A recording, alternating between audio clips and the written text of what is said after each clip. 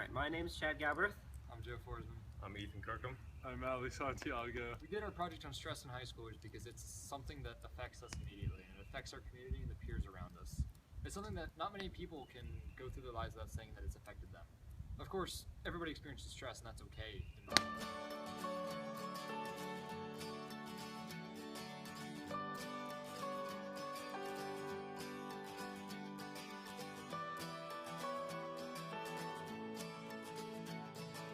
We began our project looking at stress and how it affects the demographics of middle schoolers, high school students, college students, and more. We also looked at some changes in the demographics over time. We asked Miss Valier, a counselor at Olentangy Liberty High School, about how she has seen change in stress over time. She has said, in the last 5 years, she has seen a resounding increase. Mrs. Valier also says, that's just not one class that has stress, it's every grade level. For example, seniors are worrying about college and freshmen are getting used to high school. We also spoke to Mrs. Mundell, a psychologist at Olentangy Liberty High School. Mrs. Mundell agrees with Mrs. Valier in that Olentangy Liberty High School is a very competitive school. This competitiveness, it has increased academic stress level in our school. We asked them, in a perfect world, what would they change in our schools?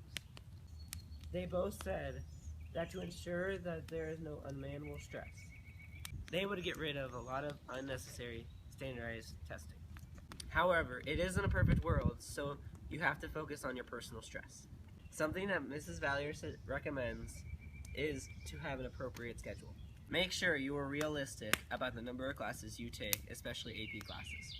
Coupled with this, make sure you have great personal management skills.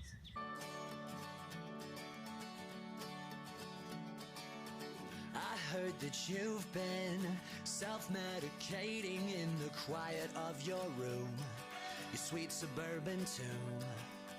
And if you need a friend, I'll help you stitch up your wounds. Although everyone experiences stress and that some stress is normal, it can turn into something worse like anxiety and depression. Jackie Miller, a reporter from the Michigan Daily, states that the number of undergraduate students listing depression as an academic impediment also increased from 10% in 2010 to 15% in 2014. Other great hobbies that people use to relieve stress include music and art. There has been greater research into these to find that music can affect the brain. Kathy Kemper from the Southern Medical Journal states that music changes neurological activity with entertainment to musical rhythms in the lateral temporal lobe and in the cortical areas devoted to movement. Art is also widely acknowledged to be a great stress reliever. As an example, there's an art therapy club in our own school. Personally, music has helped me with my stress. I go to concerts with good old E. Cray and Joey Forsman, and also I just listen to it every single day. And you should too! I heard that you've been having some trouble finding your place in the world. I know how much that hurts. But if you need a friend, then please just say the word. Yeah. Another good way that people can focus on relieving their own stress personally for a short period of time as well as for longer periods of time to make sure that stress isn't a recurring theme is to focus on doing some of the things that you really like to do, your hobbies. This is something that comes with a lot of recommendations from people like Ms. Valier and Ms. Mundell, as well as Ms. Polton. Some good hobbies to relieve stress include being outside, like hiking, or canoeing, or fishing. But if you're more of an inside person, you can play games, both board games and video games, help relieve stress as well. Essentially, it's anything that gets you out of a situation where you're worrying about work and school and your family or whatever, and you can go and just enjoy yourself and be yourself. Cool. This is the main idea that led us into our action. So we looked at it and we thought, this is our community. This is the people that we live with, our peers, adults, everybody in our community, and that's where we want to make the most of the difference, because it's kind of, Some of the changes that Ms. Valier and Ms. Mundell talk about are going to be much larger policy changes, the kind of thing that we can't really affect. We can't make that happen. At least not with, only a few weeks that we were given. So to make the most impact that we could, we hosted a little bit of an event where we can get some people together and educate them on ways to relieve stress and to keep it away for the longer term. So this started originally with a get-together at someone's house.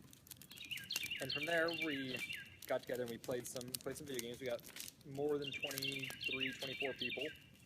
And then we played some games. And we played board games, we played some video games, we got dinner, and we just kind of hung out. And the whole point was that with AP tests, with finals coming up soon, we made sure that everybody knew that you need to take some time for yourself and not let yourself get too involved. Now, stress is normal, like we've acknowledged in the past. Stress is normal and it's going to happen, but we also need to make sure that we have some time for ourselves and it's not everything to us.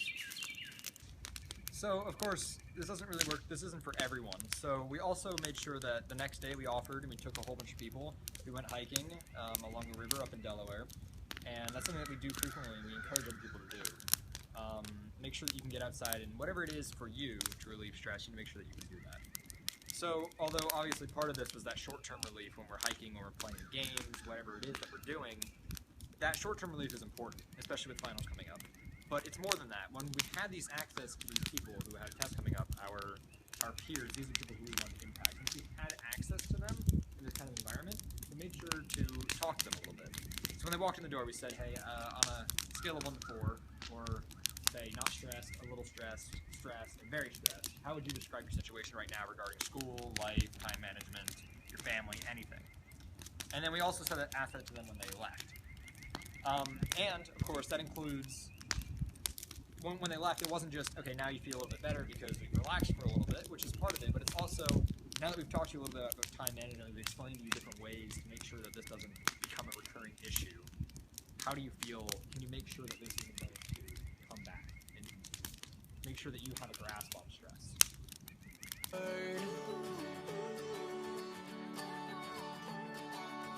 You've come this far, you're all cleaned up, you've made a mess again. There's no more trying, time to sort yourself out. Hold on tight, this ride is so wide. Now that we've explained some ways to relieve stress to you, here's one last tip. Be sure to keep an eye on your classmates, because this stress could turn into anxiety and depression. If you suspect that someone is depressed or worse, Ms. Valier suggests that you go see a counselor. Or if someone is just simply struggling with school, go talk to a counselor or Mrs. Mundell. Some stress is normal, but always be sure to leave time for yourself and maybe get a hobby.